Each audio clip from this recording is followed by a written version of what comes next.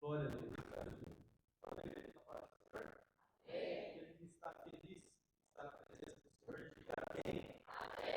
Glória a Deus. Irmãos, se você for sua Bíblia, abra o livro de João, capítulo de número 19. Hoje, domingo de Páscoa, domingo da ressurreição. A pastora, quando me fez o convite, abre o culto com alguma coisa relacionada à Páscoa. Eu estou crendo em Deus que a pastora vai falar de ressurreição. Amém? Glória a Deus. Mas é algo que acontece um pouco antes da ressurreição. Amém? João 19, 28, todos encontraram? Amém. Diz assim a palavra do Senhor. Depois, vendo Jesus que tudo estava consumado, para que se cumprisse a Escritura, disse: Tenho sede. Estava ali um vaso cheio de vinagre. Embebedaram de vinagre uma esponja e, fixando a um caniço de isopo, aproximaram a esponja da boca de Jesus. Quando Jesus tomou o vinagre, disse: Tetelestai, está consumado. Inclinando a cabeça, entregou o seu espírito. Glória a Deus. Irmãos, sexta-feira aqui nós tivemos um culto lindo, um culto maravilhoso, né? A sexta-feira da angústia, onde a pastora trouxe o que faz o homem se afastar de Deus, que é o pecado, né? E a consequência que ele tem.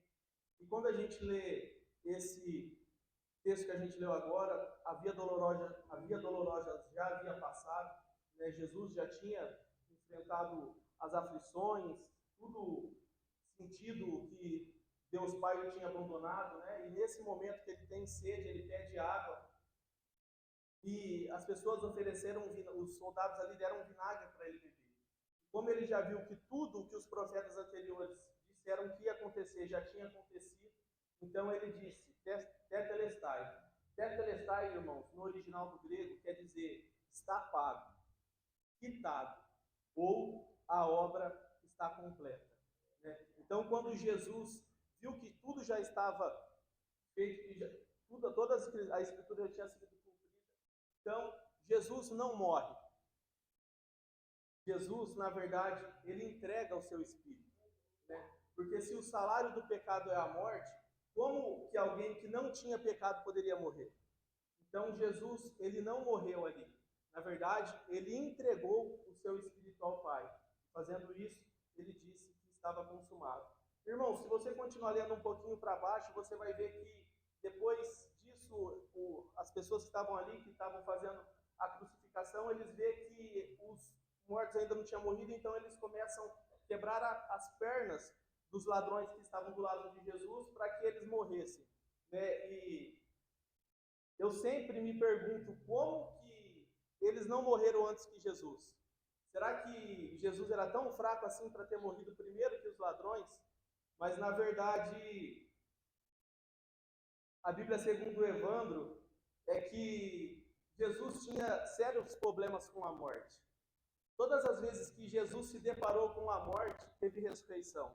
Então, acredito eu que se aqueles ladrões morressem, é que Jesus ressuscitaria eles. Né? Foi assim com a filha de Jairo, foi assim com o filho da viúva de Naim e foi assim com Lázaro. Todas as vezes que Jesus se depara com a morte, ele faz o milagre da ressurreição. E o que eu quero dizer, irmãos, para vocês? O morrer hoje, segundo 2 Coríntios 5,8, morrer é deixar o corpo e habitar com o Senhor. Segundo Filipenses 1,23, morrer é partir para estar com Cristo, que é incomparavelmente melhor. Isso depois de Jesus ter vindo na terra, feito a nossa reconciliação com Deus. Mas lá no tempo, lá antigamente, irmãos, vamos voltar lá atrás, no tempo de Adão e Eva, quando Jesus não tinha vindo ainda. Adão e Eva pecam, a ligação com Deus ali está rompida, o homem não tem mais acesso direto com Deus, não tinha Jesus que ia fazer a nossa remissão. Então, Nesse tempo, todas as pessoas que morriam, elas iam para o seio de Abraão, né? Elas iam para o Hades ou o Seol. E isso, irmãos, não é o inferno, tá? Esse não é o lugar de tormento. Algumas traduções vão dizer que era o lugar dos mortos, né? O seio de Abraão é onde os justos que morreram crendo em Deus ficavam, mas eles ficavam num lugar separado. Eles não iam para o céu. Hoje, segundo a Bíblia, quando a gente morre, a gente vai se 2 Coríntios diz que morrer é deixar o corpo e habitar com o Senhor. O nosso Senhor ressuscitou e foi para o céu. Então, quando a gente morre hoje, a gente vai para o céu, se a gente teve uma vida com Cristo. Só que antigamente não tinha isso. Então, a gente ia para o seio de Abraão, né? A gente vai ver muito bem isso em Lucas 16, a partir do verso 19, na passagem do rico e do Lázaro, né? Que eles vão ali, né? O rico morreu, e aí tinha Lázaro, e aí eles começam uma conversa querendo voltar para avisar, mas por quê? Eles não estavam nem no céu nem no inferno. Eles estavam ali no seio de Abraão e em Hades. Então, quando Jesus morre, irmão, 1 Pedro 3, 18 e 19 vai dizer que Jesus não subiu. Quando Jesus entrega o seu espírito, Jesus desce. Ele desce, e aí em 1 Coríntios, vamos ler 1 Coríntios 15, 55. Jesus desce, irmãos, para libertar o cativeiro. Jesus desce para buscar aqueles que morreram no Senhor. Né? Tem um pregador que eu gosto muito, aliás, gostava, hoje em dia nem tanto, mas ele, numa mensagem sobre essa, ele vai dizer que nesse momento que Jesus desce, ele faz uma ilustração, e ele vai dizer que Jesus chega no seio de Abraão, e está lá Daniel, e Jesus vai e abre a porta de Daniel, e Daniel pergunta, quem é você? Ele fala, vamos, Daniel, eu sou aquele que fechou a boca do leão.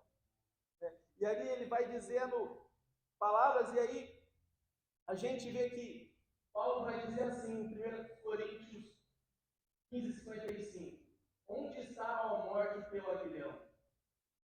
Na minha tradução diz um pouco diferente, irmão. Deixa eu abrir aqui para você, que eu acho que fica melhor. Diz assim, ó. Glória a Deus. Tragada foi a morte pela vitória. Onde está a morte, a sua vitória?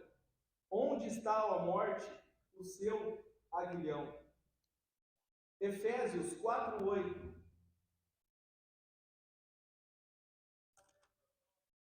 Glória a Deus.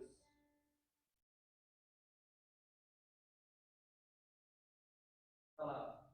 Por isso diz, subindo ao alto, levou o cativo o cativeiro e deu dons aos homens.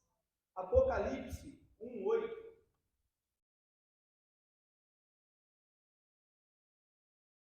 Glória a Deus.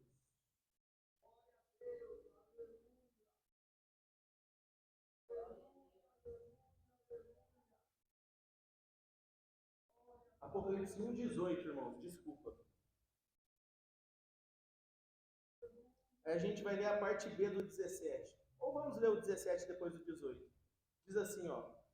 Ao vê-lo, caí aos seus pés como morto. Porém, ele pôs sobre mim a mão direita, dizendo, não tenha medo, eu sou o primeiro e o último, aquele que vive. Estive morto, mas eis que estou vivo para todo sempre, e tenho as chaves da morte e do inferno. Glória a Deus. Então, irmãos, quando Jesus morre, ali ele não sobe diretamente, e nem ressuscita primeiro, mas ele vai, ele desce, ele toma a chave da morte, ele toma a chave do cativeiro. Então, o nosso Senhor é um Deus que tem poder sobre a vida e sobre a morte. É um Deus que esteve vivo, que foi morto, mas ressuscitou. O nosso Deus, irmãos, é um Deus que tem poder para tirar você da enfermidade. O nosso Deus é um Deus que tem poder para tirar você da doença. O nosso Deus é um Deus que tem poder para tirar a sua família da amargura. O nosso Deus é um Deus que tem poder, irmãos, para tirar a sua angústia da sua alma. Glória a Deus. Aleluia. E por isso a Bíblia vai dizer que Deus deu a Jesus um nome acima de todo nome. Um nome que todo joelho se dobrará. Um nome que toda língua confessará. Que o nosso Senhor é o Senhor dos céus, da terra e também debaixo da terra. Glória a Deus. Se coloca de pé.